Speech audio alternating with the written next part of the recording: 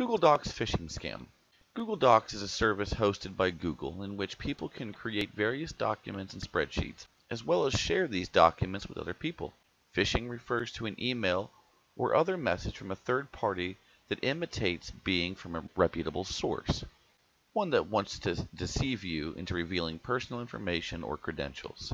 With this knowledge, you should be on the lookout for a sophisticated phishing scam that's reportedly fooling tech-savvy users into making its way through hundreds of Gmail accounts. If you receive a link to Google Docs that you weren't expecting, don't open it. The problem. A new Google Docs phishing attempt has sent waves across social media and tech-savvy internet users, including journalists, academics, and employees from many corporations that have felt these effects. Chris Boyd, a malware researcher at Malwarebytes, explained, "This outbreak of spam is a combination of self-inflicted wound and Google not preventing individuals from naming their apps after genuine Google services."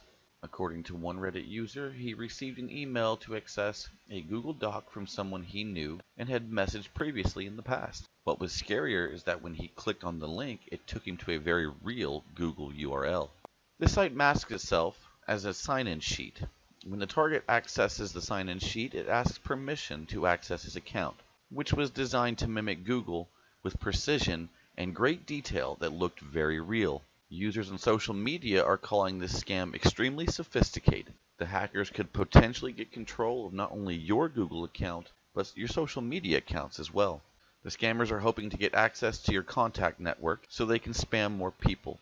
Secondly, they're hoping to get some sort of information like password, which a lot of people reuse in multiple places, which makes it even more exciting because once they get the password for one thing, they might be able to get access to other aspects of the person's online life.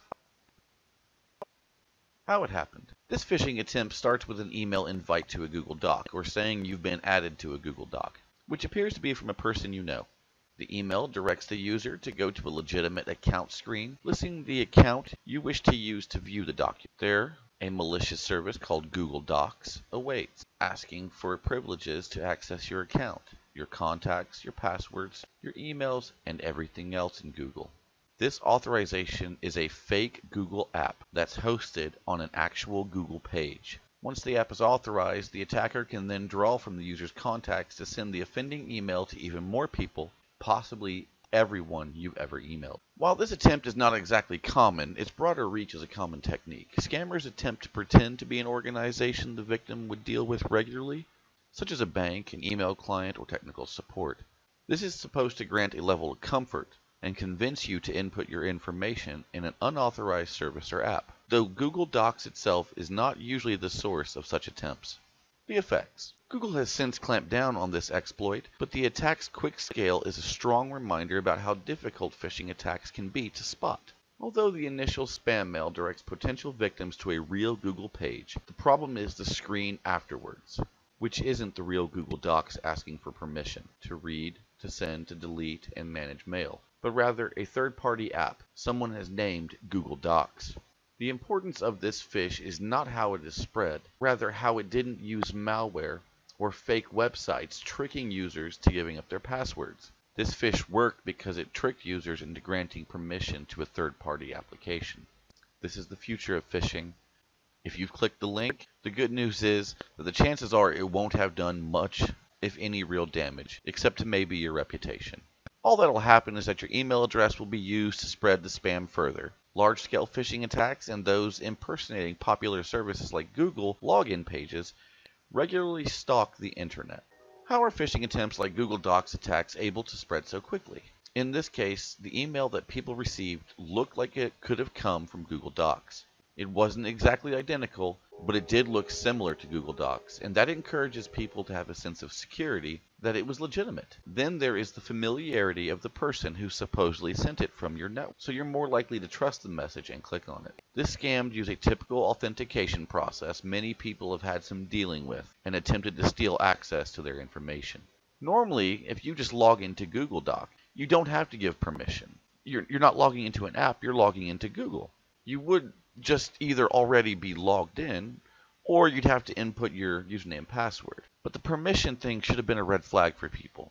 Though many people see this permission request in apps commonly found on cell phones and other mobile devices and dismissed it. This attack hoped people would be accustomed to this request for authorization, not thinking too much about it, and dismiss it. What to do now? If you get a Google Doc link in your inbox today or in the near future, scrutinize it carefully before you click. Even if it looks like it comes from someone you trust, a nasty phishing scam that impersonates a Google Docs request has swept the internet today, including a decent chunk of media companies. You've heard think before you click a million times, but it really could save you a whole lot of hassle. If you find yourself a victim of this phishing attempt, it's possible that not much damage has been done, and will mostly be centered on your reputation. Though, it's still possible to glean information from an attack like this and gain access to other sensitive information or online services. So you'll want to get rid of it, and the usual advice of changing your password does not apply here. Since the victim has given permission to an app, two-factor authentication or even changing your password won't help. You'll have to go to a page controlling apps tied to the Google account and then revoke permission. Then change your password and opt into two-factor authentication, which you've totally done now, right? Again, if you've already clicked on this type of link today or any day in the past, go to the permissions page of your Google account as quickly as possible, and in this case, revoke access to the service called Google Docs. Again, it's a fake. Well, I hope you liked today's video. I hope you found it informative. If you did, please hit the like button, share, and subscribe. Thank you for watching.